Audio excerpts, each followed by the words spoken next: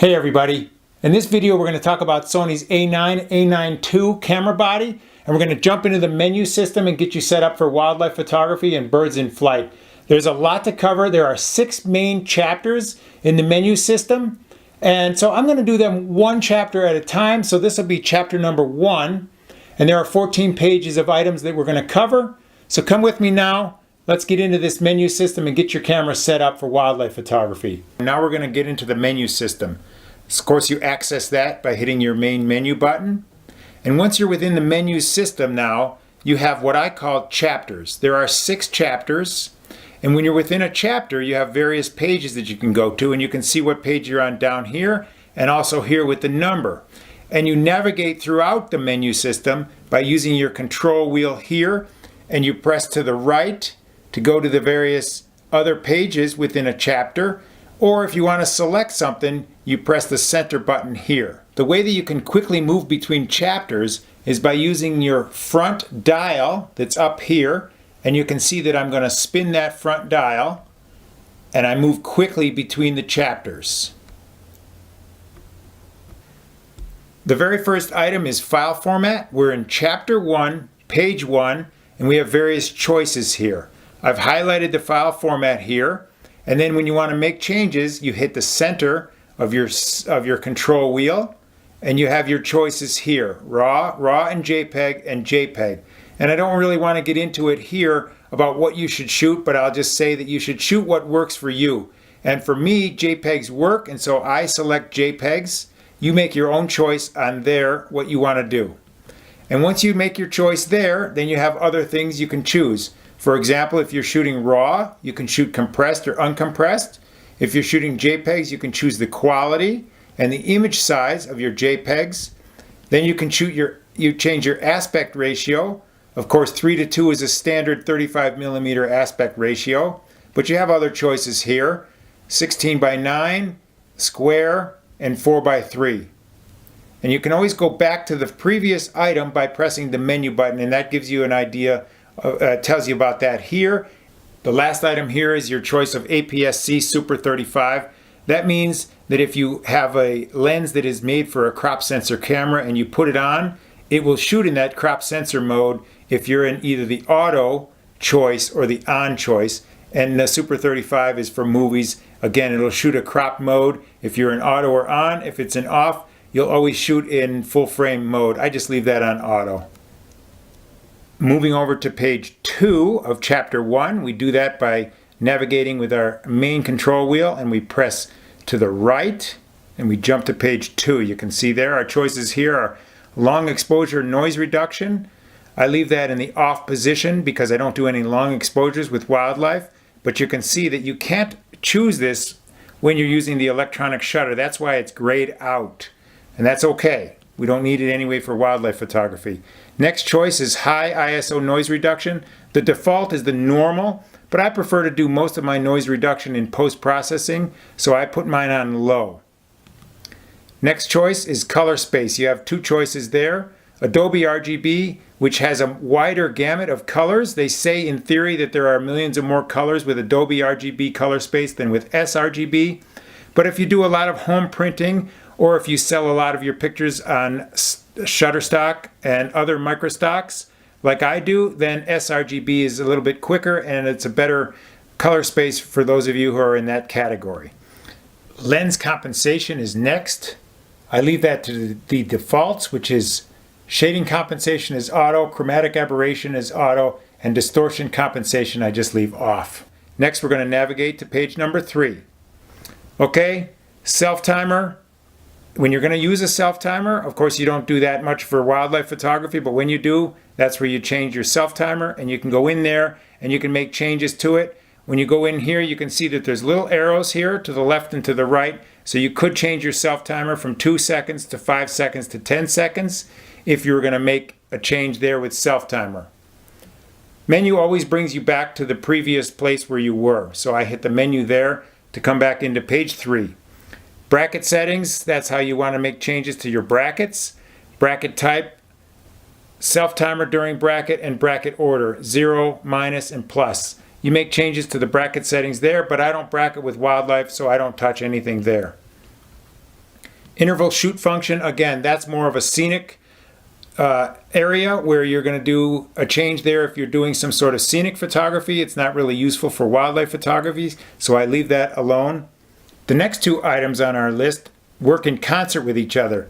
They're the recall button and the memory button. First, you would go into the memory button and you would see that you have your custom menu number 1, 2, and 3. Those are on the camera, and you access those through your main control mode up here on the top of the camera. And then you can also register often used shooting modes 1, 2, 3, and 4 to a memory card. I don't register any of mine to a memory card. I find that the 3 on the camera are enough, so I just have those that I can recall. And then you can see that recall here is grayed out because that's only for recalling ones that are written to a memory card. All right, next, moving on, we have select media. Obviously, you have 2 slots in the camera, and I have mine set up to do slot number 1 is still pictures and slot number 2 is to do video, and I'll show you when we get to that how to make those choices. But for now, my main slot that I'm using is slot number 1. Moving on to page 4 of chapter 1, here's our register custom shoot set. This is where you go in to register those custom functions that you use all the time to your main mode dial, 1, 2, or 3. And you select it, and then you get to choose. Recall custom hold 1, 2, or 3. You select it again, and now you have a choice what you want to be able to change with a check mark. You put it, if you want to change the shoot mode to shutter priority, you select that. If you want to change that to something different, you can see that I selected it, and I can choose manual, aperture, or whatever. Then I go backwards with the menu button, and then as I go down, I can say that since I'm in shutter priority mode, I want my shutter speed to be a 2,000th of a second. So I can select 2,000th of a second, and there it shows up there. I want my drive mode to be continuous shooting. I want my exposure compensation. In this case, I was thinking that I'd be photographing a lot of white birds, so I did a minus 0.7, 2/3 of a stop on my exposure compensation. My ISO, I'm going to do auto ISO. My metering mode is multi. Continuous focus, focus area is tracking. Autofocus sensitivity is locked on. Autofocus on is on. That means when I press the autofocus button, I autofocus. And then it comes down and says, do you want to register those? Yes, I do. So I hit the center button. And there I've registered those to custom hold number 1. Then I'm going in the menu, move over to page number 5. The first item here is priority setting in AFS, and the default is balance emphasis. I don't shoot in AFS, so I just leave it there. I did make a change here for the priority setting in AFC. That's where I leave my camera continuous focus. And you have a choice here where the camera wants to do the priority on the autofocus, on the release of the shutter, or a balanced emphasis. I find that AF, leaving it there, is very accurate and very quick, and it makes sure that the camera is going to be focused before you actually take the picture. And I think that's important, so that's why I put mine on AF. Focus area is next, and I think there's more talk about which focus area to choose with Sony cameras than any other menu item. I choose wide for birds in flight. You can see as you select it, there are tons of choices here. A lot of people like zone, and then you have a whole host of tracking modes. You can see when I choose the tracking, there's arrows to the left and the right, and I can choose different tracking modes as well. But I find that the camera is great just in the wide zone. That's for birds in flight. Now, it does tend to focus on whatever's front and center, so this works great against a non-distracting background. For a flying bird against the sky or against the water or something like that, wide works excellent. Focus settings is next. That allows you to configure the camera to set up and change your focus settings using either your control wheel, your rear dial, or your front dial. I leave mine set up to set so I can change it with the rear dial, so I can enter that, and then with my main control wheel I can change my focus settings very quickly. Next item is focus area limit. That allows you to get rid of some of the focus areas that you don't use. You select that and you can see that there's check marks on most of these, but if you don't ever use zone focus, then you can uncheck it And if you don't ever use the center focus, you can uncheck that one. And those on the top are your normal focus modes, and on the bottom are your tracking modes. You can uncheck those as well. I don't normally use tracking zone, so I'm going to turn those off. You see I unchecked those. And the ones that I want to be able to toggle through have check marks on them. And once you make the choices how you want it to be, then of course you go down to the OK and you select that. And that allows you to limit so that when you're in and changing the focus area, it doesn't take so long to get to the ones that you want. Next up is to switch the vertical horizontal autofocus area. That means if you got a certain focus area chosen and you've moved that focus area to a certain part of the frame, and then you switch from a horizontal to a vertical shot, it will automatically switch that. I've left that off because I just don't use that all that often, and so I just leave it to the default position, which is off. Moving on to page number 6 of chapter 1, we have autofocus illuminator. That's a light that comes on and helps you focus in dark situations. But by default, that is turned off, and it doesn't work with continuous autofocus anyways, which is where I leave my camera, so that we don't need to touch. Face eye settings, that I do have turned on with the subject detection of animal. Of course, you can switch that to humans. And then left, right, doesn't make a difference with animals. And face iframe display, I want that to show me the little square on the animal's eye when it's working. And animal eye display is also on. Autofocus tracking sensitivity. This gets a lot of discussion as well with wildlife photographers. You select it and you have choices of 1 through 5. One means that it's going to lock on the subject and it's not going to let go of that subject. Once you autofocus on a moving bird, let's say it's moving around the lake, it's going to stay locked onto that bird even if another bird flies in front of it or moves in front of it, or if the bird moves in front of some leaves or some sticks or something like that. That will be locked onto that bird. And the other ones, of course, are a variety of different choices until you get to number 5, which means responsive, which means that the autofocus will switch between anything that travels in front of whatever you're photographing. So if you've got 2 birds moving in the frame, whichever one is closest is where the camera's gonna focus on. And I like to keep that on locked on so that I can choose which bird to photograph and which bird I want to have in focus. Aperture drive in autofocus is next. Leave that on focus priority. You can prioritize the shutter to be more quiet if you choose silent priority, but I don't care about that, so I leave that in focus priority. Autofocus with the shutter. This is where you set up your back button focus. All right, if you just want your shutter button to take the picture, then you come into this one here and you turn this to off, which is where I have mine. So now I'm using my back button focus to both focus, hold the focus, and then my shutter button only takes the picture. This is where you set that up. Chapter 1, page 6, you turn on your back button focus by turning this autofocus with shutter to the off position. Pre-autofocus, I leave that to the off position. According to the manual, it says that that will set whether or not to perform autofocus before the shutter button is half pressed. I just leave that to the off position. And we'll move on to page number 7. Eye start autofocus is grayed out because we're shooting animal eye priority, so you can't choose that. Autofocus area registration. That means you can move a certain autofocus area that you want to a certain point in the frame, and then you can recall it with a custom function button, but I don't use that at all, so I just leave that to the off. Then you can delete that registered area by choosing this menu item, and then you would go up to OK and then delete that registered focus area. But again, since I'm not registering any focus areas, I leave that and don't touch that one. Focus frame color, I choose white because I find that the contrast between white and most of what I'm photographing is very useful to be able to see it best. But you can also choose red if you want by selecting it and going to the red and choosing red. Autofocus area auto clear, that's only for single focus, so for continuous focus it doesn't come into play. But what that means is the autofocus area will disappear shortly after it comes on when you're in single focus. But again, I use continuous focus all the time, so that doesn't come into play for me. Display continuous autofocus area, that one I do use because I shoot in continuous autofocus and I want to see where that autofocus area is as I'm shooting, so that's I leave to the on position. Moving on to page number 8. Sorry for the change in light there.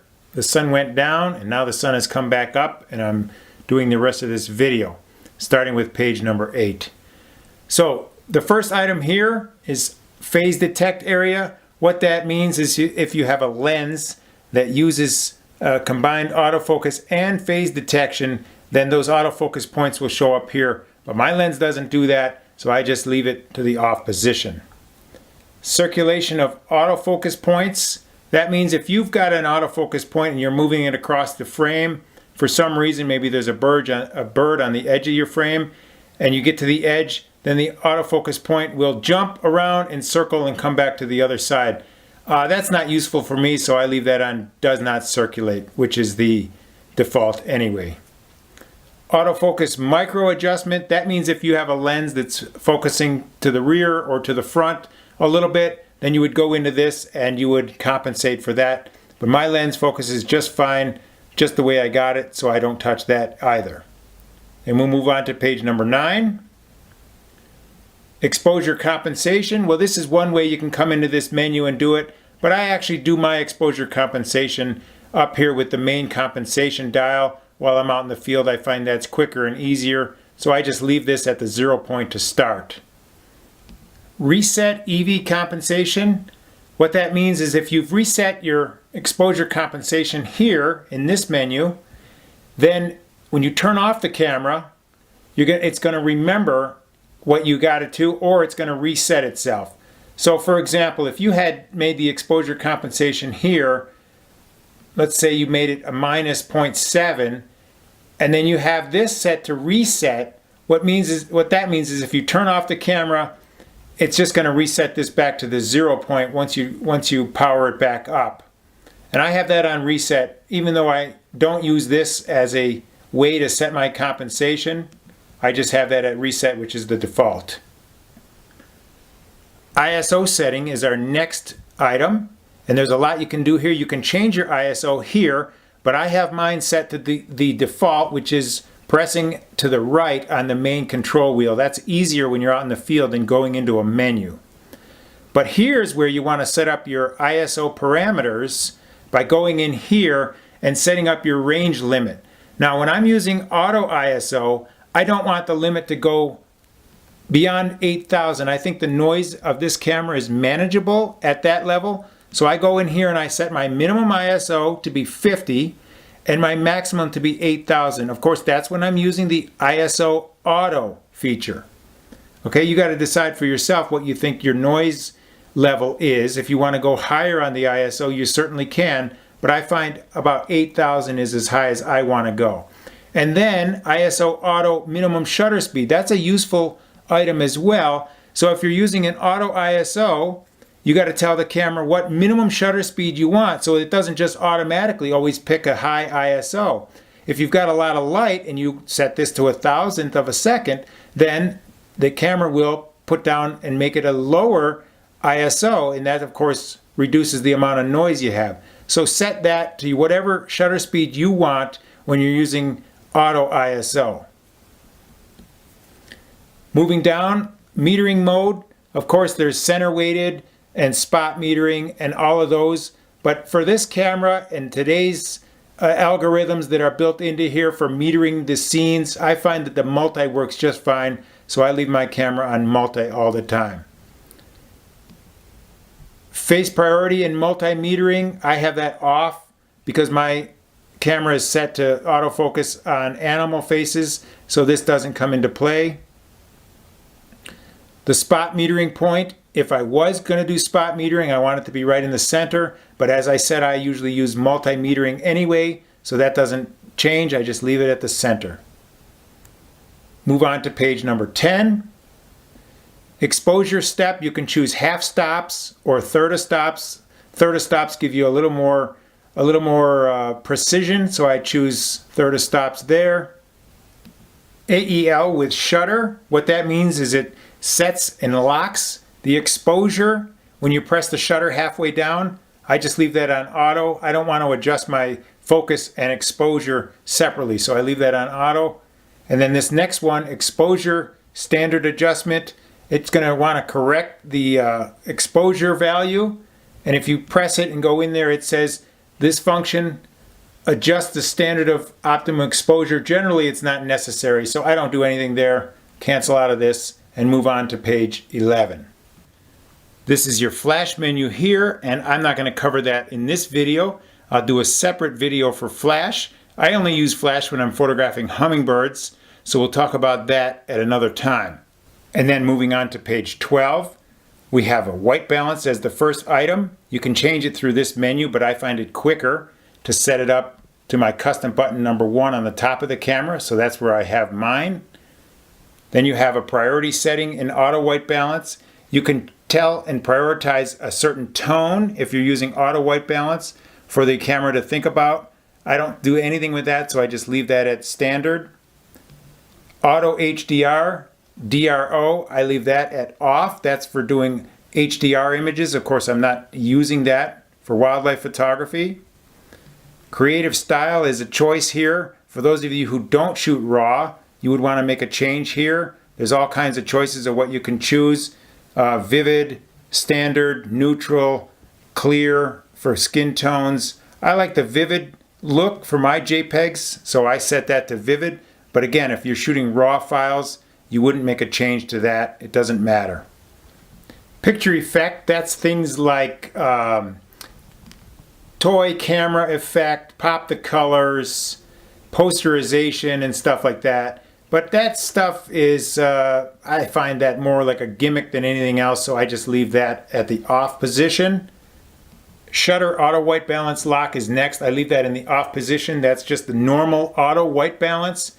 If you select that, you can choose shutter halfway down and continuous shooting to make changes to that. What that means is that it'll lock the white balance when the shutter is pressed halfway down or during continuous shooting. But I don't actually use auto white balance all that much anyway, so I just leave that off. Moving on to page 13. Here we have our focus assist menus. This is for when you're doing some manual focus. And the first one, the focus magnifier, is grayed out. That's because my camera right now and my lens is set to continuous focus, so you cannot use a focus magnifier when you're in continuous focus. But then, when I do go into a manual focus situation, the manual focus time, I don't want it to be limited. So I put that at no limit, but you can have it time out at a certain time if you want, a few seconds. But I like to leave it on that as long as I want to manually focus, so I have it at no limit. Next one, the initial focus magnification. This is again for manually focusing. It gives you a little bit of an assistance so you can see the scene better. I have that at 4.7. Your only choices there are 1.0 and 4.7. So I like to see an enlarged subject, and that helps me focus better on it when I am manually focusing. Autofocus in focus magnification. That means if you do have a focus magnifier turned on, and again, it doesn't work when you're in continuous focus, but if you do have it turned on, it'll focus on a smaller area within the focus frame. But again, I have that off now because I normally shoot wildlife in continuous autofocus, and so none of that comes into play. Manual focus assist, I do want that to come on when I'm manually focusing, so it'll magnify whatever I'm looking at 4.7 times, and I do want that on with the manual focus. Peaking setting, what that means is that it will show you an outline of the in-focus areas when you're focusing manually. But for autofocus, which I use 99% of the time for wildlife, that doesn't come into play. Moving on to the last page, page 14 of this chapter. This is a bunch of things that don't come into play for wildlife photography. Anti-flicker shooting, that's if you're shooting under fluorescent lights and they're flickering, the camera will detect that. But that doesn't come into play when you're shooting with continuous focus, so that's grayed out. Same thing here for high frequency flicker. It's the same sort of thing, but we don't need it for wildlife photography. Face registration, again, you can prioritize whether or not the camera focuses on a certain face that you've registered, but we're not doing that with wildlife photography, so we don't do any changes there. And the last item is grayed out as well. Okay, so if you made it this far, we've covered now one chapter out of the 6 in the menus of the Sony A9 body. And we're going to get into those other chapters in later videos, but I appreciate you watching and sticking with me this far. If you do have questions, you can hit me up in the comment section, or you can click the link to my website, get my email address, and send me an email, and I'll get your questions answered that way as well. Thanks a lot for watching.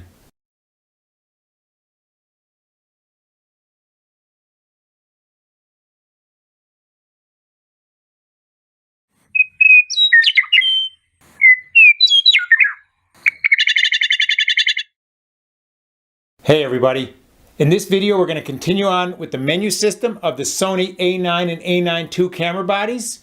We're going to do chapter number 2, which is the camera with the 2 on it, and we're going to cover all of the menu items there, what you need to think about to get your camera set up for wildlife photography and specifically for birds in flight. So let's go dive into that menu system again. Okay, so jumping into chapter number 2 of the menu system, and again the way we navigate between chapters is by using our front control dial, which is up here in the front of the camera. I'm going to spin that one time and we jump to number 2. This is a lot of movie stuff, and I don't do that many movies while I'm out in the field, but sometimes something shows up and I think that it'll show really good as a movie, and so I will do a quick movie, so I'll set up a few of these items for you. The first 2 are grayed out. That's because in your main mode dial here, you have to actually be in a movie mode or the S&Q mode in order to change those. Right now my camera's in an aperture priority mode, ready for still photography, so those 2 are grayed out. This one here is your file format. Of course you can do 4K movies with this, and I find that for me full HD is enough. I don't need the 4K because I'm not a movie maker, so I just choose HD and that's good enough for me. The next item is our frame rate and our bit rate.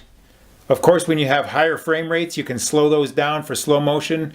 If you're going to post-process your video and make it into a slow motion video, you want a higher frame rate. And then the bit rate, the higher the bit rate, the higher the quality of the movie.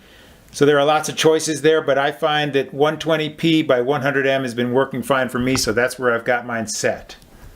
S&Q settings is next. That stands for slow motion recording and quick motion recording. You can do things like a bird taking off, and you can also do clouds moving or a flower opening. I haven't done anything with the quick motion recording just yet, but I have done lots with the slow motion recording, and the best settings for that to get awesome movies like this is 24p by 120 FPS. That gives you ×5 slow motion. Any other changes there and your amount of the slow motion that the camera gives goes down, and so I like the slowest motion I can get, so that's why I choose the settings that I have here, 24p and 120 frames per second. One other thing about the S&Q settings that I forgot to mention is that it does not record sound, so when you do an S&Q you're not going to record any of the audio. And another thing is, for S&Q settings, in order to get that mode, you have to actually come up here and push down on your center of your main mode dial here and spin that until you get to the S&Q. You cannot set that up to a custom function button. I wish you could, but you cannot. Okay, let's move on. Proxy recording, what that means is that it records a small movie along with a normal movie, and that's easier to review when you're doing your reviewing of movies, but I don't need that, so I set that to the off position. And now we'll go to page 2. Page 2 here, this is a lot of movie things that I don't change. The autofocus drive speed I leave at normal. The autofocus tracking sensitivity I leave at standard. Auto slow shutters not available from the parameters that I chose, which were 120 frames per second and 100 bit rate. It's just not available. The initial focus magnification I leave on 1. I don't need to have a magnified image when I'm doing movies. Audio recording I leave on, although most of the time I remove the audio track when I'm using the movies, but I record it anyway. And the audio record level is grayed out, and that's because I'm not in a movie mode currently.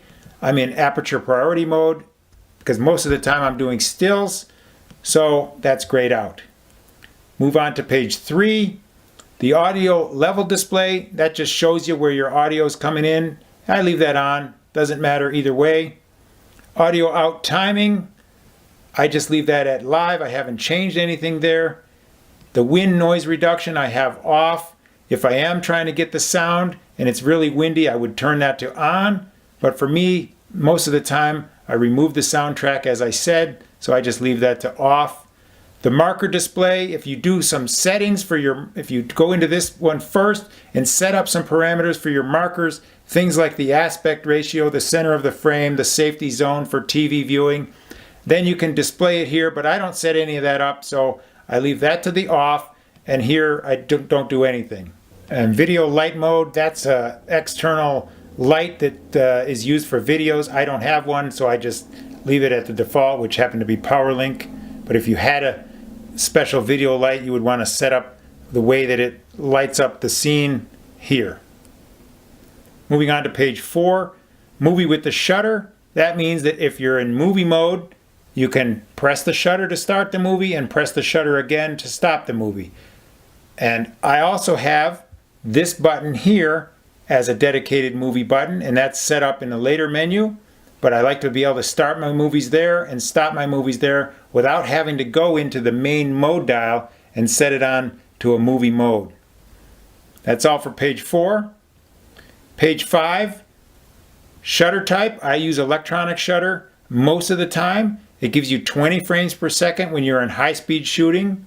And the times when I don't use electronic shutter is when I'm using a flash. You have to remember that if you attach a flash to your hot shoe, you cannot use electronic shutter, so that'll switch, or you have to switch it to mechanical shutter.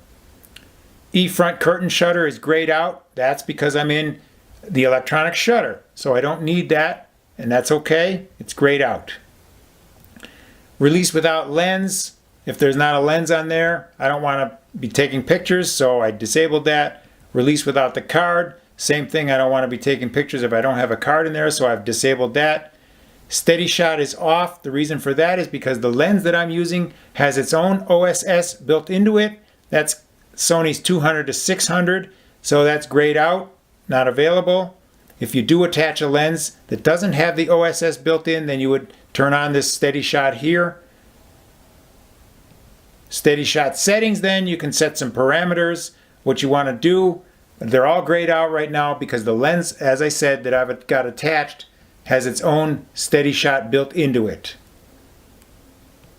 Page 6, everything here is zoom, in the zoom menu is grayed out, and the reason for that is because I don't have a lens on there that has any sort of digital zoom or a zoom ring rotate or anything like that.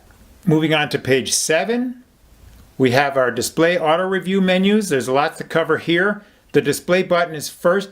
You want to select that, and then you have your monitor, which is this screen out here, and then of course your viewfinder is when you're looking through the camera.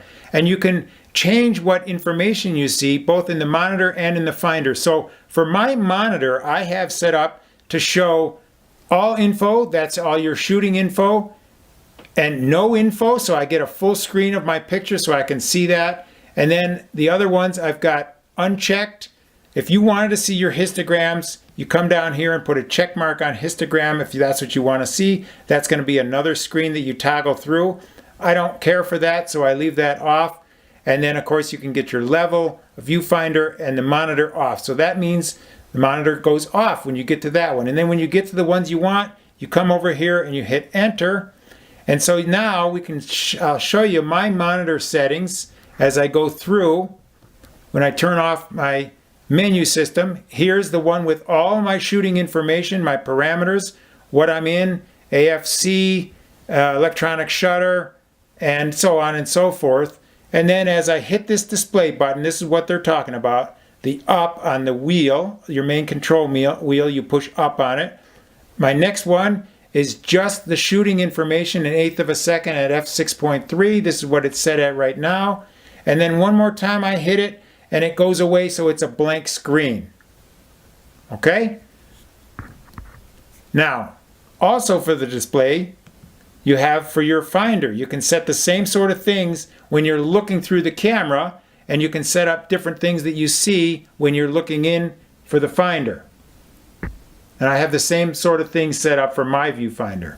Now, finder monitor, I have that on auto. What that means is that you can see when I am looking at the outside of the screen, the monitor is on. When I look through the viewfinder, of course, with my eye, then I cover up that and the camera knows that, and so the information jumps to the viewfinder.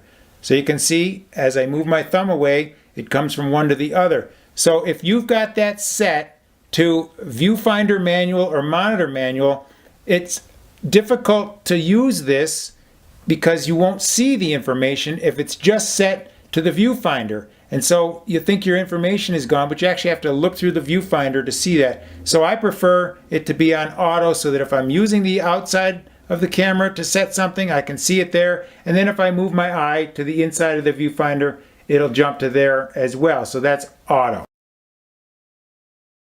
Finder frame rate, I just leave at standard. And then the zebra setting, I don't use, but some people use it for exposure. It gives you a set of stripes that are displayed to adjust the brightness, but I don't use that, so I just have it set to off.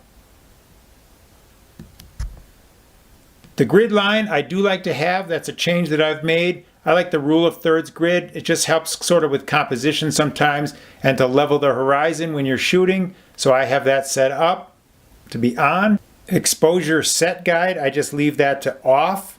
What that does is it displays the exposure settings when you change those in the shooting screen, but I just leave it off. And we'll move on to page 8. The first item here is live view display. I've got that set to be on. That means if I've changed the white balance or if I've got my exposure compensation set, then that effect will show up in the viewfinder or on the monitor here, and that's a helpful tool so you know if your picture is going to come out really dark or really bright, or if something's wrong with your white balance. So I leave that on. The next two items have to do with blackout shooting, and I don't do anything with that, so I leave shooting start display off and the shooting timing display on as the default type 1. Continuous shooting length, that displays if you're in continuous shooting and you're just holding down your shutter button, how much more time you have left to shoot at the current rate. I don't care about that, so I don't display that. Auto review, I have that off. What that means is when you take a picture, does the picture show up on the screen and let you review it? I find that the camera reacts a lot quicker and it's a lot easier to work with if you just don't display the pictures each time you take them. So I set that to off. Okay, we'll move on to page 9. Custom operation here. This is where you're going to set up your custom keys. In this page here, custom keys, you select it, and then you have 4 choices, 4 pages of things that you can set custom controls to, and I can go through what mine are set up, and we'll do that right now. All right, so the first one I have is number 1 is this wheel, the main control wheel. Now this is a shooting custom key, and I don't have that set to do anything.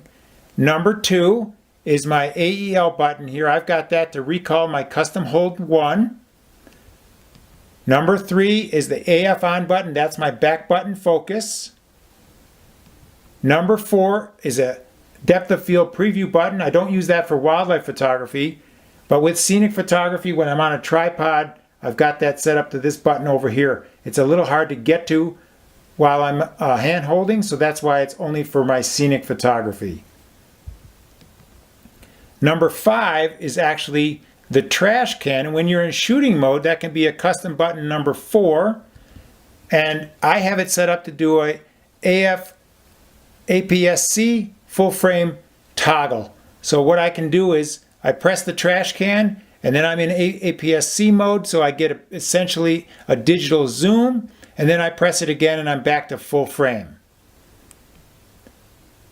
Page 2, here in the custom key and the shooting custom keys, number 1 is this multi-function button, and I've got that to recall my custom hold 2. AF/MF control hold is the center of my wheel. I've got that, so what that means is I hold that button down and then I can manually focus. Then I let go of it and I'm back to autofocus. Number 3 is pressing to the left of the control wheel. I have that not set. Number 4 by default, it even says so on the camera, is the ISO. I leave that there. That's a very convenient way to change your ISO when you're out in the field. And number 5 is pressing down on the control wheel, and I have that not set at the moment as well. Moving over to page 3, we're at the top of the camera. I have custom button number 1 to do my white balance and custom button number 2 to change my focus area. And the last one, page 4, is the lens buttons. If your lens has custom buttons, you can set any number of things for it to do there, but I have it to just do basically the same as the back button focus. So when my hand's up on the lens, I can autofocus there and continuously focus while holding that button down. Menu brings us back into there. Then we have a whole bunch of custom keys we can set up for movies. And I haven't set any of those. I've just left them all at the defaults because I don't do that many movies and I'm fine with the way it is. Custom keys while we're reviewing images comes next. And again, you select it by hitting the center of your control wheel. And then on the back of the camera, there are 2 places where you can put custom buttons. Custom 3 I have right here. That's this button here. I've got set up to do enlarge the image. And number 2, which is the function button, I have to do a voice memo in case I want to make a memo on one of the pictures that I took. But I find page 2 to be a little more useful here. And what I have that is number 1 is that enlarges the image. So that when I'm reviewing images through the viewfinder, I just hit that button there and it enlarges it so I can check for focus. And number 2, this is very useful. I have it set to playback, select the playback media. So that means I've got my movies going to slot 2 and my stills going to slot 1. And I can select that very easily while reviewing images by just hitting custom button number 2 here on the top of the camera. Function menu settings is our next item. There's where you set the 12 most used things to this button here, this function button, so that way you don't have to go into the menu to change those. You select it by hitting the center of your control wheel, and then you have both a still function menu and a movie function menu, and you can set any number of parameters there. For example, this one here is my focus area. I've got that set. You can see there, but there are 15 pages of choices of what things you can put in that function menu, and you can customize that however you want so that when you're out in the field you just hit that button and that brings up those 12 things that you use all the time without going into another menu. Very useful, and that's how you set those up. My dial settings is next. That's to customize the settings for your front dial and your back dial that are back here. I haven't made any changes to those, but you can do that by selecting that, going in here, and if you wanted to change your front dial, I did have it actually set to ISO, but if you wanted to change that, you select it, and then you can go up and say, well, I'd rather have that do the aperture. So then you select aperture, and then you come down and select OK, and my dial can be recalled with the custom key. So you're all set with that. The dial setup, I have this set up as front dial is aperture value and the back dial is a time value for when you're in shutter priority mode. Now we move on to page 10. Here we have the aperture value, time value, rotate. I leave that at normal, but you can reverse that by going in here. I like it to do normal, so I leave it there. The dial EV compensation, that's if you want to compensate with a plus or a minus on your stops. Instead of using your compensation dial, which is here on the top of the camera, you can use either your front dial for that or your rear dial for that, but I leave that off and I'm doing my compensation by using the knob that's meant to do that right here on top of the camera. Function ring lens is grayed out. That's not supported with the current lens that I'm using, so I just leave that grayed out. Touch focus, that's if you're going to allow your screen to touch, you touch it and then it'll focus on something. That's helpful sometimes for video, and I just leave that at the default, which is touch focus. This one I think is important, the movie button. That's this button here with a red dot on it. Leave that to always. That way when you're out in the field, you don't have to go up here.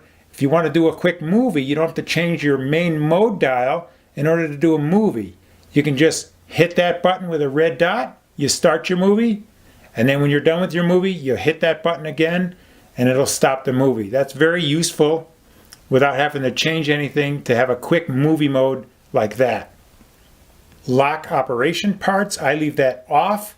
That allows you, if you wanted to turn it on, you can lock the control wheel or the front dial or the back dial while you're pressing and holding the function button. But I don't find that useful, so I just leave it at the default, which is off.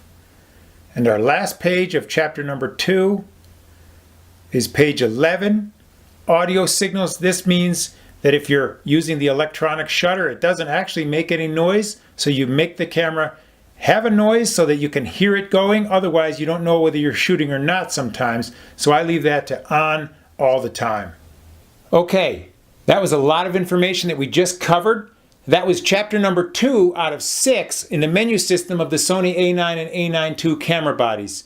We're getting you set up for your wildlife photography and your birds in flight. Stick with me, the other 4 videos are on their way. And as always, I appreciate you watching my videos. And if you have further comments or questions, feel free to hit me up via email by clicking the link to my website, or you can do that in the comment section down below as well. Thanks a lot, and see you soon.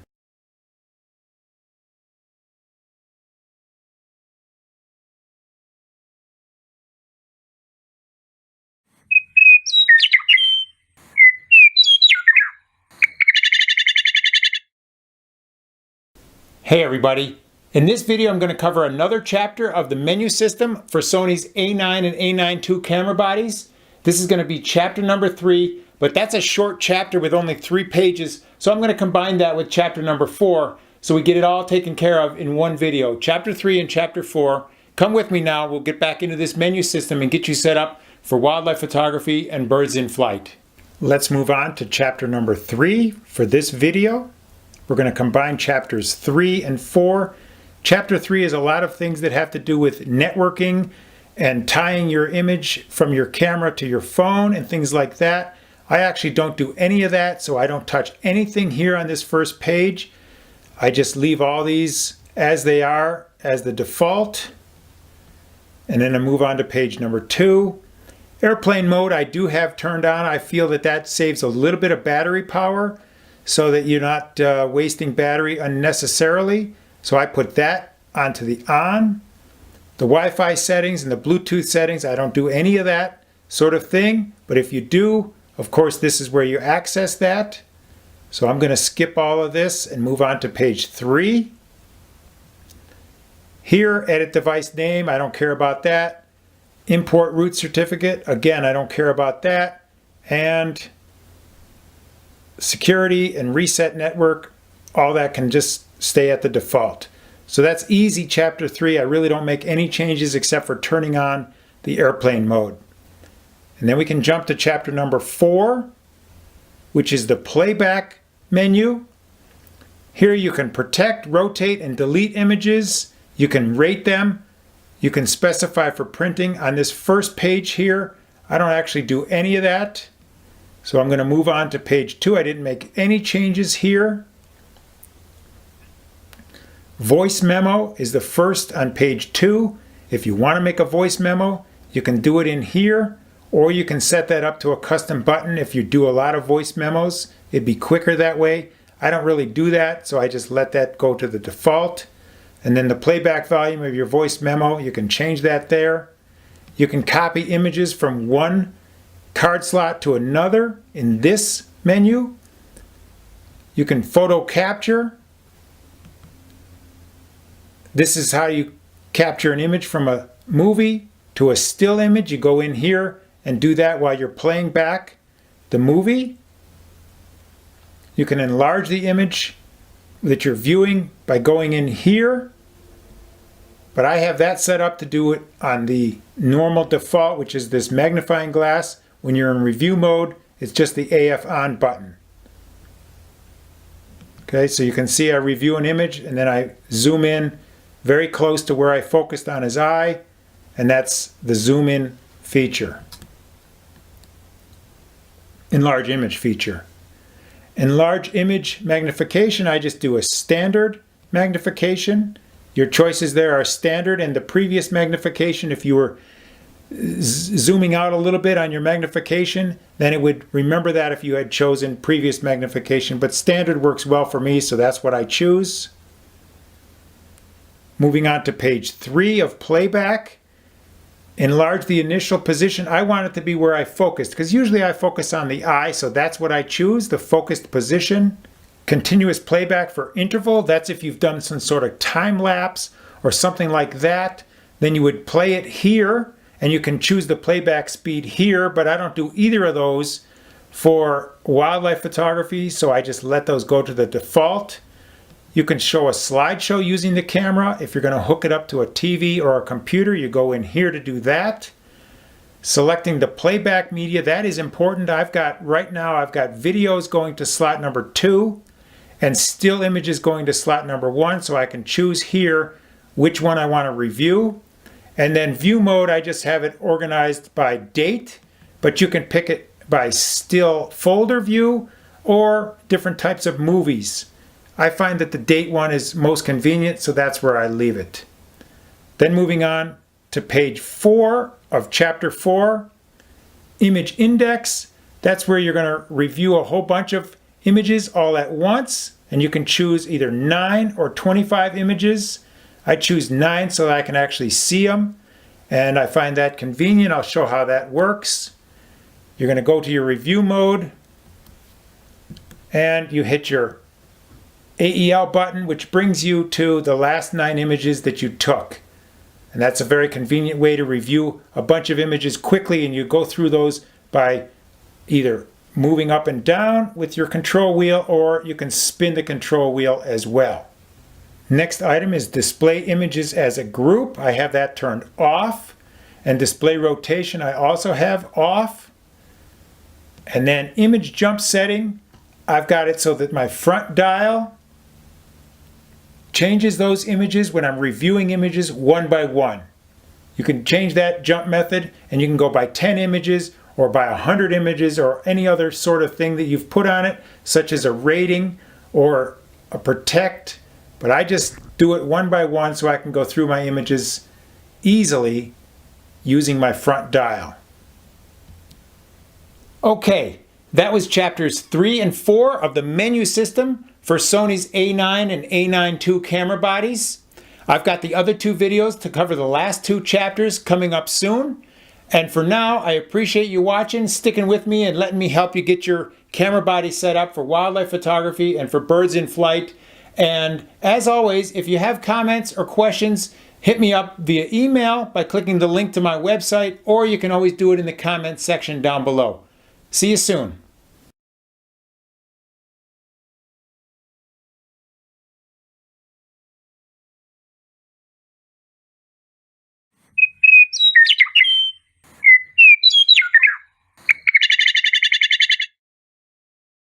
Hi.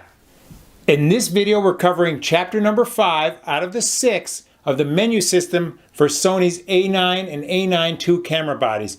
We're getting you set up for wildlife photography and for birds in flight. So come with me now. We're almost done with our whole setup, and we're going to dive into chapter number 5. All right, let's move on to chapter number 5 of the 6 chapters for the Sony A9 II camera body. And the quickest way to move between chapters, as I've said, is to spin your front dial here, and you're going to notice I'm going to jump from chapter 3 to 4 and chapter 5. This is our setup menu. And again, once you're within a menu, the way you navigate is by pushing the control wheel to the right to go to the next page, or pushing down to select an item. The first item here is monitor brightness. I leave that just at the manual. The viewfinder brightness, I leave at auto.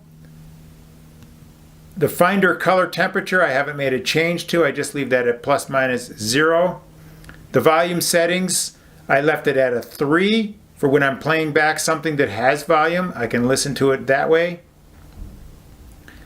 Now for deleting images, I like to have it as a cancel first. That way I don't make a mistake and delete an image that I didn't mean to delete. In other words, when you go to delete, it's going to ask you to confirm that, and you have to toggle over to yes, confirm that you want to delete it. I think that's a safe way so you don't accidentally delete the images that you wanted to keep. Power save start time. I go for 2 minutes there. If I'm not using the camera, I figured for 2 minutes, then I must be walking somewhere and the camera goes to sleep and saves battery. Of course, you can change that. You can change any item here by pressing the center of your control wheel, and then you see all your power save start times. You can do 10 seconds, 1 minute, 2 minutes, 5 minutes, and 30 minutes. I think 2 minutes is good for me, so that's where I leave that. And then I'm going to move on to page number 2 by pressing the control wheel to the right. Auto power off, temperature, that I just leave at standard. That's if you're doing a lot of movies, the camera heats up and you can have the auto power itself down, but I just leave that at standard. I haven't made a change there. NTSC PAL selector, I've got that at NTSC. I think that's the North American standard, so we just leave it there. Anti-dust function, this is new, and what that allows is for the shutter to cover itself up when you're changing lenses. That way you don't get dust on your sensor, and it's a nice feature. You turn it on by selecting it and then doing it with the shutter when power off. So what that does, I just have it in the cleaning mode here, so it's going to clean that shutter when I hit enter. But if you want the shutter to cover up every time, you would put it down here and select on in that instance. Touch operation I have off. That allows your monitor to be used as a focus device or a follow device. You have to touch it, and then of course you can do your menu items by touching it as well. I don't particularly like that, so I leave it off, and you can change that again by selecting it and turning it on, and then you can use your screen as a touch screen. Touch panel and touch pad, I've left that at the default because I'm not using the monitor as a touch operation, so I just leave that there. The touch pad settings, I don't do anything with that, again, because I'm not using that as touch operations. And we'll move on to page number 3. The first item there is grayed out. That's because I'm not in a movie mode. That's a demonstration of how the playback of the movies, you can have it on or off. I just leave it off. That's the default. A lot of this stuff I don't make any changes to. This TCUB settings, it sets the time code and the user bit, but I don't use that at all. Remote control, that's an infrared remote control. I don't own one of those, but if I did, or if you do, you would set that to activate the camera by going in here and choosing on. HDMI settings, I haven't made any changes to those. I just leave them at the defaults. 4K, I'm not in 4K movies. When I'm doing movies, I'm just doing HD movies. So that is grayed out as well. And the USB connection, I haven't made a change there. It's just on auto. Going on to page number 4. I don't make any changes here to the USB LUN supply. The USB power supply is just on as by default. My native language is English, so that's set there. The date time setup I do use when you first get your camera, and when you change time zones, you should set that so that you have a record of when you took your pictures. So you go into date time setup, of course, and you tell it the date and the time and the format and how to do everything and what date it is there, and that gets you set up so you have the correct date attached to your pictures. Area setting, that's the time zone you're in. You can tell it what time zone you're in. I'm in the Denver Mountain Daylight Savings Time. You can see that there, but you can choose whatever time zone you happen to be in. You do it in that menu there. IPTC information, I haven't made a change there, but what you can do is you can register certain information to your still images, such as your address and your website. You have to do that and add it to a memory card, and then go into this menu and tell the camera to access that and get it off of the memory card. But I don't do anything with that, so I've just left that alone, and we'll move on to page number 5. First item there is copyright info. I do write my copyright info to my still images, so this menu here allows you to type in your name. Right here I have it on, you can see that. You can set it as who you are, set the copyright, and then that gets attached to every still image that you take. So that's where you do that. The serial number of the camera, I don't care to have that attached to my images, so I leave that to the off position. If you wanted to format one of your cards, you come into here, that's chapter 5, page 5, and then you can format your card. But I've also written that to my menu, and it's a quicker, easier way to access that. I'll show you how to do that in the next video. The recording media settings is next. This is a very important menu item. This is where you tell the camera which slot to record to. Remember, you have 2 card slots and what to record on each slot. So the way I've got mine set up, and of course you select it, I've got mine to prioritize slot number 1, but then to sort the images, you can see all the changes that you can make here. You can do sort JPEGs and RAW if you're shooting both of those. You can simultaneously write to both card 1 and card 2 if you want to have an instant backup. But what I like to do is sort the stills to card 1 and the movies to card 2. So that's how I've got mine set up, but you make your own choice there on how you want your camera to write to the 2 card slots that you have. The next item, you can select the recording folder. If you've made up a folder and you want to call it The Birds of Colorado or December 2020 or something like that, you can go in there and you can choose that folder. My folder is just by default what the camera names it, 100 ms DCF, so that's what that chooses. But you can set that up to do any type of folder that you want. And here's where you do that. You make a new folder here and you can type in whatever it is, like I said, that you would like. Move on to page 6. The first item there is the file and the folder settings. So I just have my file numbers go in series, and to set the file name, the camera calls it DSC, but you could call that your initials or whatever you wanted. And it's just going to name the file. As you can see here on the bottom, it's an example. It's going to be DSC 01234, and they just go in order. That's the still images, and that's how I have mine set up. Then you have movie file settings, the same sort of thing. You can go in there and name the way that it calls your movies, but I just leave it to the default, and so I don't make a change there. Recover the image database is our next item. That means that if you've taken your card out of the camera and you've taken some of the pictures off of there, and then you move them back with your computer back into the database of the card, then you go into this menu here and the camera is able to recover those images. Display media info, I have that just at the default, which is from slot number 1, but I can change that very easily by going up to my custom button number 2 when I'm in review mode. This is where you find out what version of the firmware you're using. I happen to have the latest version, which is 2.0, and I'm going to do a video on how to upgrade your firmware version if you don't have it to the newest one. And we'll move on to the last page of chapter number 5. This is page 7, save or load settings. If you've written some settings to a memory card or you want to save some settings to a memory card, you go into this menu and do it there. Remember, you had 4 custom settings that you could do and write those to a memory card. I don't do that. I have just the custom settings set up on my control dial up here, and it's enough for me to have 3 custom shoot functions up there, so I don't do anything with the memory card settings, but you could do it here if you wanted to. And then setting reset, you'd set the whole camera back to restore all the defaults. If you wanted to do that, you would do that in this menu here.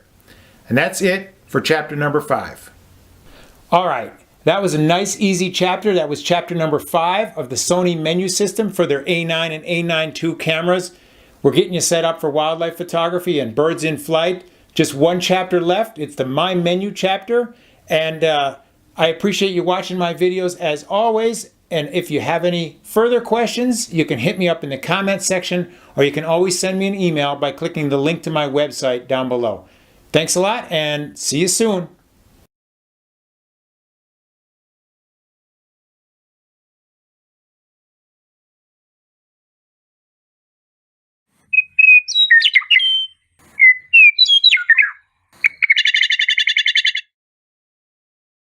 Hi.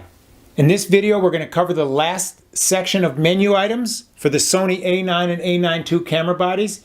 It's chapter number 6, the My Menu setup. I'm going to show you how I set mine up for wildlife photography and for birds in flight. So come with me now, Let's finish up our setup.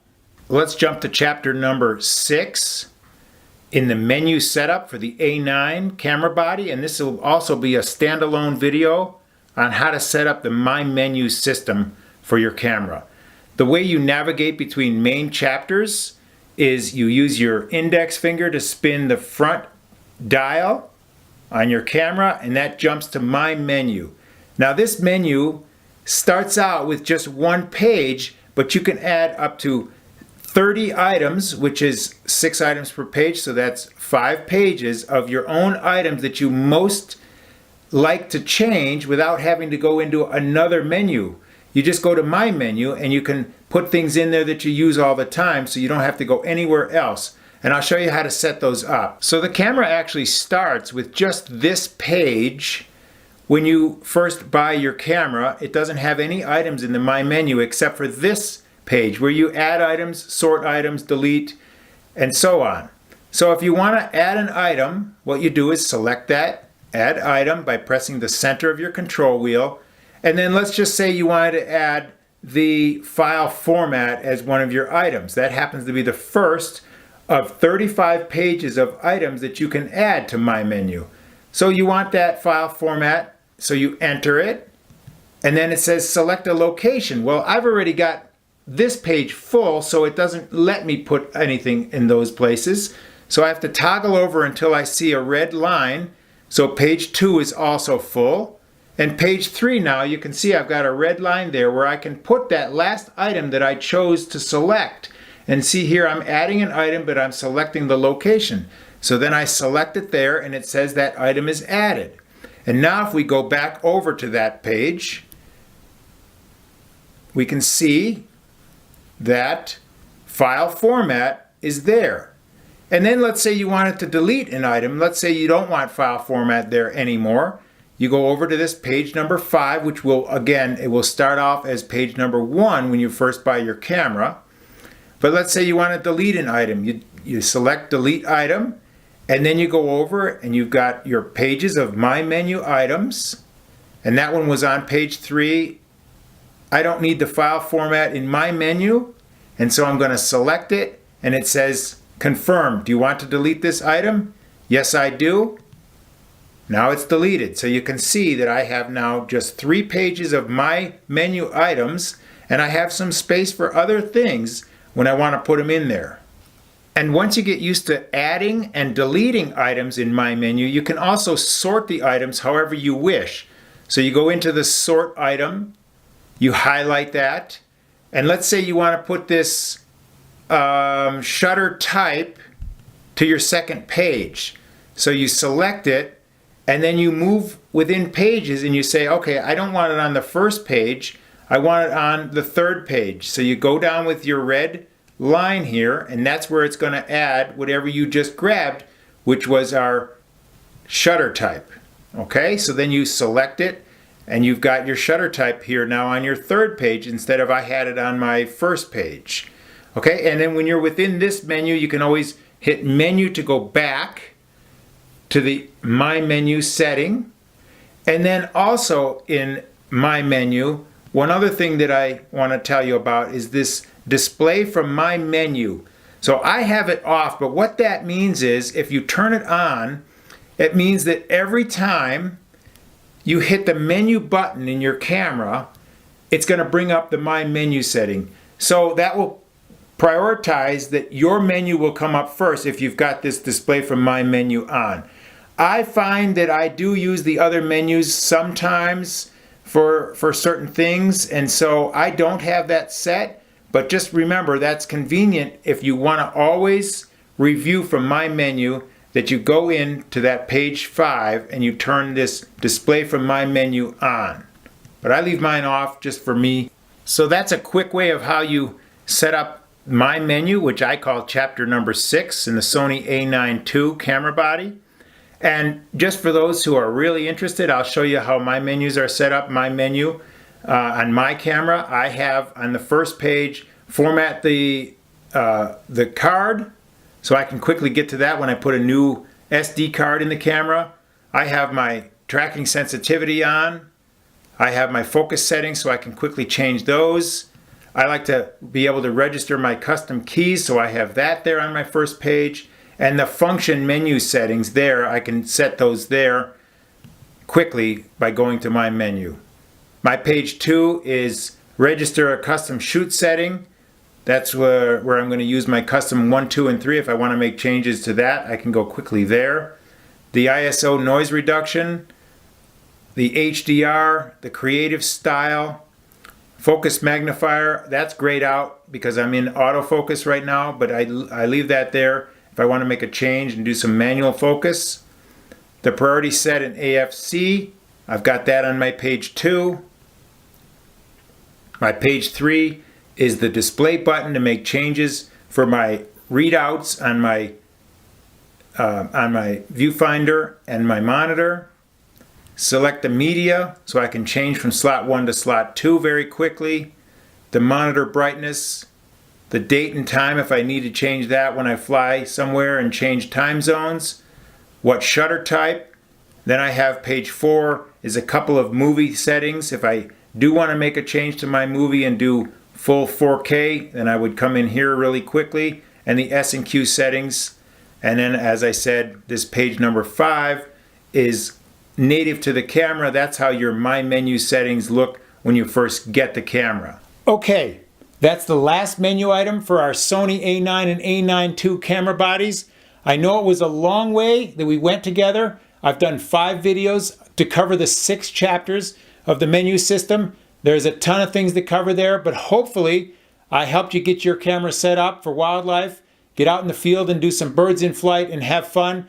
I'm actually loving this camera. I think it's fantastic, and I'll be putting more videos up as we go. Thanks a lot, and see you soon.